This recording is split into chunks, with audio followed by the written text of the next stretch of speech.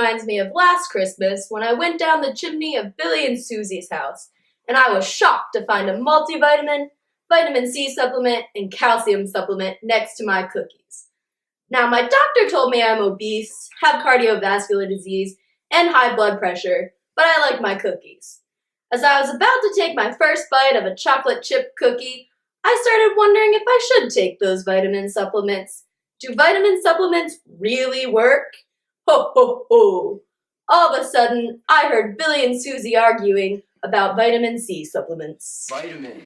Cookies. Vitamin. No, cookies. Vitamin, Susie. Billy, why do you think vitamin C supplements even work? Because, Susie, Santa has a very tight traveling schedule and skips out on eating many of his fruits, so I decided to leave him a vitamin C supplement as an alternative. Vitamin C is one of the most effective and safest nutrients today. Benefits of vitamin C supplementation include protection against immune system deficiencies, cardiovascular disease, and even skin wrinkling. The ideal amount of vitamin C supplementation is 500 milligrams daily to achieve health results. Vitamin C is stored in the body, so toxicity is not a concern, but it's still important not to exceed 2,000 milligrams a day. Vitamin C is also known as ascorbic acid and necessary for the growth, development, and repair of all body tissues. It's included in the formation of collagen, absorption of iron, the immune system, wound healing, and maintenance of cartilage, bones, and teeth. It is also an antioxidant that can protect against damage caused by free radicals as well as toxic chemicals and pollutants like cigarette smoke. As an antioxidant, it protects low-density lipoproteins from oxidation, reduces harmful oxidants in the stomach, and promotes iron absorption. As an electron donor, vitamin C acts as a cofactor for 8 enzymes involved in collagen hydroxylation, biosynthesis of carnitine, norepinephrine, tyrosine metabolism, and animation of peptide hormones. When it comes to the common cold, vitamin C may not cure it, but it will prevent further complications such as pneumonia, lung infections, which Santa cannot risk because I want to get my toys. Also, the American Journal of Clinical Nutrition found that there is a 42% lower risk of stroke with those who had higher concentrations of vitamin C in their blood. Vitamin C is a nutrient that is sensitive to stress and is the first nutrient depleted in alcoholics, smokers, and obese individuals. Vitamin C is beneficial for Santa since he's obese and also on a stressful schedule. For individuals like Santa who are not inclined to consuming fruits or are short on time, vitamin C supplementation will provide the same bioavailability as natural vitamin C. A randomized steady-state bioavailability study of synthetic versus natural vitamin C from kiwi was performed. Randomized groups were selected where one group consumed half of a kiwi per day and the other consumed its comparable vitamin C dose of 50 milligrams in a chewable tablet form for 6 weeks. Ascorbate levels increased in plasma, urine, mononuclear cells, neutrophils, and muscle tissue. There were no significant differences in vitamin C bioavailability between the two intervention groups. This indicates that vitamin C supplementation is a good alternative for Santa due to his lack of time to consume his fruits, which will give me plenty of time to deliver all my gifts. This is why vitamin C supplements are good for Santa. Vitamin C is a well-known oxidant, but will taking it in a supplement form really help Santa to reduce the oxidative stress in his body and to prevent him from having problems related to cardiovascular disease? A 10-year study examined whether long-term vitamin C supplementation would have an effect on the prevalence of cardiovascular events in men 50 years and older. 3,673 men were given a supplement that contained 500 milligrams of ascorbic acid each day for 10 years. The results showed that there was not a significant difference in prevalence of cardiovascular events, stroke, or cardiovascular mortality between the vitamin C supplement group and the placebo group. Another study examined whether a moderate antioxidant supplement could affect oxidative damage in men who ate low amounts of fruits and vegetables. For 90 days, 35 men were given a daily supplement that contained 272 milligrams of ascorbic acid, 31 milligrams of vitamin E, and 400 milligrams of folic acid. The results showed that there was not a significant difference in oxidative damage biomarkers between the baseline measurements and the after supplementation measurements. Absorption is another important factor to keep in mind when considering taking any vitamin supplement. Once more than 1,000 milligrams of vitamin C is consumed, the absorption rate is decreased to 50%. Considering that most vitamin C supplements contain 1,000 milligrams of the vitamin, and that Santa is most likely consuming some vitamin C from his diet on top of the supplement, he would only be absorbing 50% of the vitamin C. So what's the point? And then all of a sudden, Dancer and Prancer started arguing with the elf Jingle about calcium supplements. When we asked Santa what he knows about calcium, his first thought was that it is found in milk and is beneficial to the bones in our body. Calcium, however, can be beneficial for the body in many other ways. The main role of calcium is for bone mineralization, but other roles of calcium include blood coagulation, nerve transmission, muscle contraction, membrane permeability, and it even helps in the activity of certain enzymes and the secretion of some proteins. Lately, in the science world, there has been a profound interest as to whether there is a relationship between calcium intake and cardiovascular disease. Calcium is one of the most abundant minerals in the body, and 99% of it is in the bones and teeth. Calcium is highly regulated by vitamin D, parathyroid hormone, and calcitonin. Calcium is not produced in the body, which means that there needs to be a sufficient daily intake in order to be able to maintain the adequate calcium needed in an individual. Considering Santa's age, his dietary reference intake of calcium should be 1,200 milligrams per day. In a review that was done on prospective studies and randomized clinical trials that can be found in the U.S. National Library of Medicine of the National Institute of Health, stated that laboratory studies have shown that when calcium is consumed in large amounts, the calcium binds to fatty acids and bile acids in the intestine to form insoluble soaps. This leads to a decrease in the fatty acid absorption and it lowers blood cholesterol levels. Dietary calcium also downregulates activity of the renin-angiotensin system. This improves the sodium-potassium balance and decreases vascular smooth tone.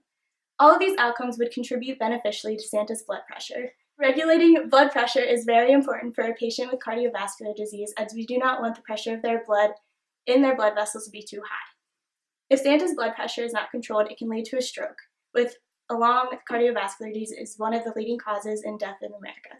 A study published in the Journal of Nutrition Education found that calcium supplements of 1,500 milligrams per day over a 4-year period cause a significant decrease in systolic blood pressure among medicated hypertensive women. We think that Santa would really benefit from taking his calcium supplements. We would hate for Santa to get sick because he has a diet solely based on cookies. We know calcium is an essential nutrient vital in both strengthening and maintaining bones. However, according to the United States Preventative Services Task Force, not enough evidence has been found to support the use of calcium supplements. Surprisingly, calcium supplements do not improve bone health in people over the age of 50, when bones are most likely to corrode and cause osteoporosis. A randomized control trial showed no difference in fracture risk for people that consumed a calcium supplement versus a control group who consumed a placebo. In addition, there are a significant amount of health risks involved with oversupplementation of calcium. Why consume something that provides so little benefit but increases the risk for chronic disease? One side effect of calcium supplements is gastrointestinal distress. Although mild in some cases with symptoms including constipation and gas, other cases require hospitalization. According to an article from the Journal of Internal Medicine, hospital admissions for symptoms of gastrointestinal origin are twice as likely to occur in those taking calcium supplements. Increases in serum calcium caused by calcium supplements has also been related to an increase in kidney stones. Because excess calcium is excreted in the urine, there is a high risk of mineralization. Essentially, the increase in hospitalizations for both GI distress and kidney stones was much greater than the decrease in fracture hospitalizations. Therefore, taking calcium supplements may be indicative of a hospital visit in the near future rather than preventing one. Most seriously, consumption of calcium supplements increases the risk of heart disease. It is possible that calcium can cause atherosclerosis, leading to blockages in important arteries. According to a study, high serum levels related to calcium supplement consumption increases the risk for atrial fibrillation, which is a major risk factor for stroke.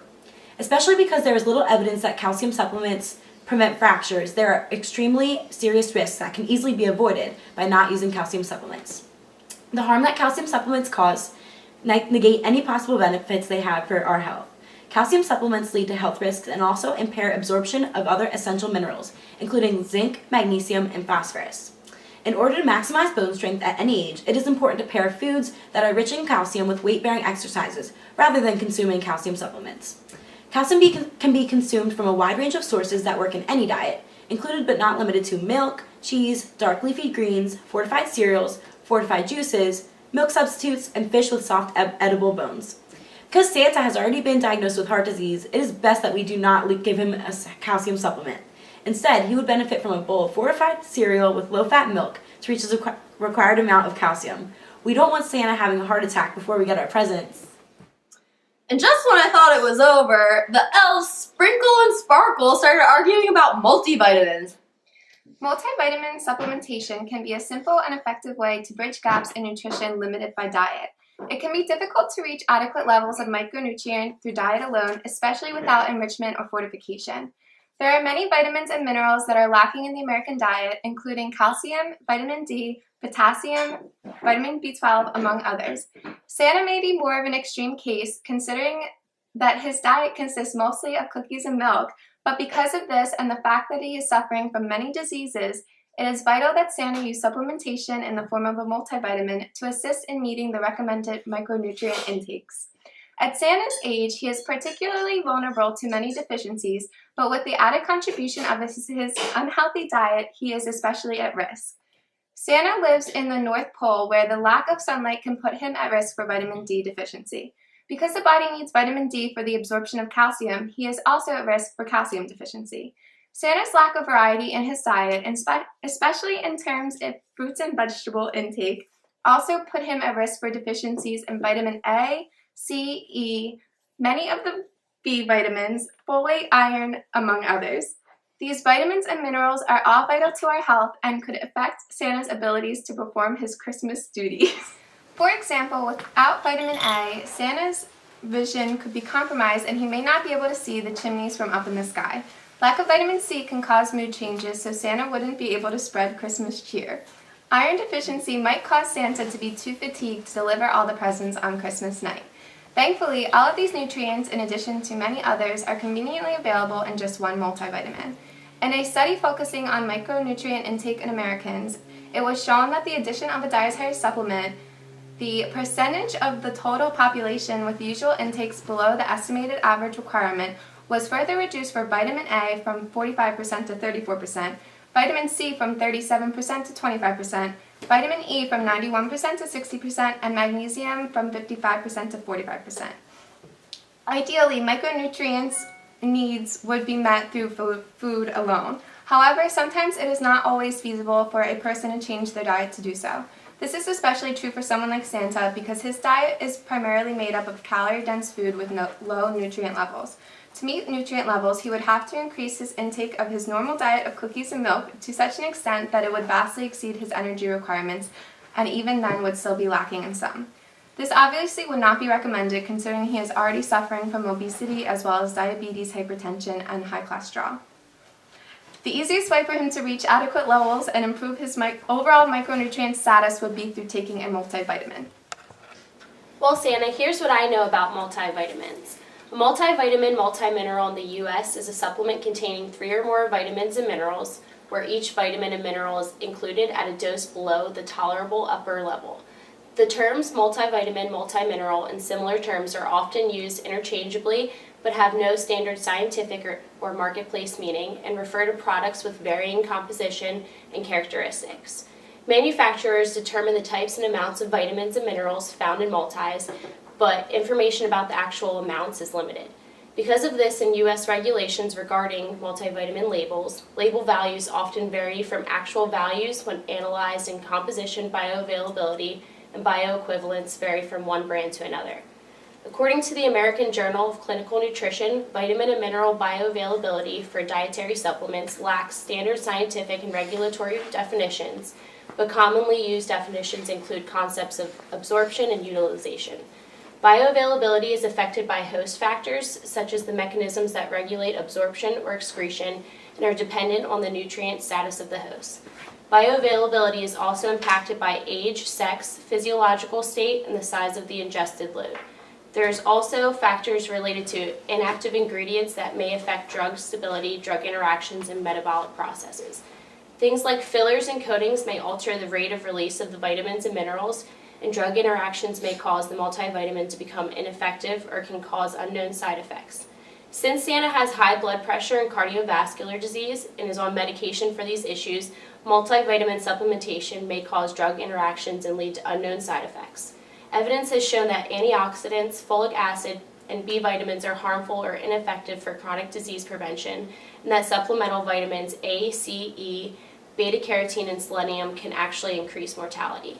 Since Santa has illnesses, he should consider putting down the cookies and have an apple instead. Well, after hearing all those arguments, I'm really unsure whether I should take vitamin supplements or not.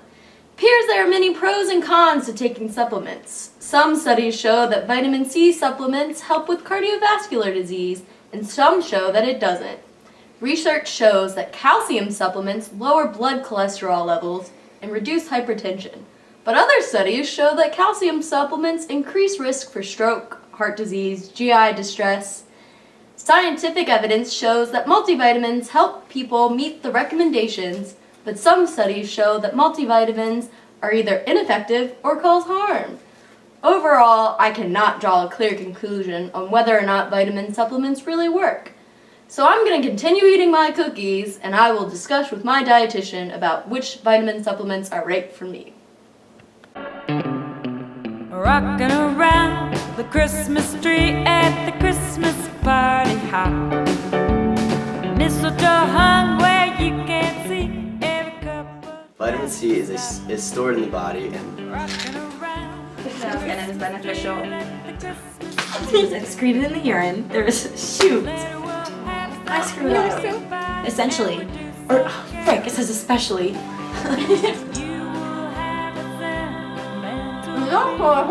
Thanks for watching!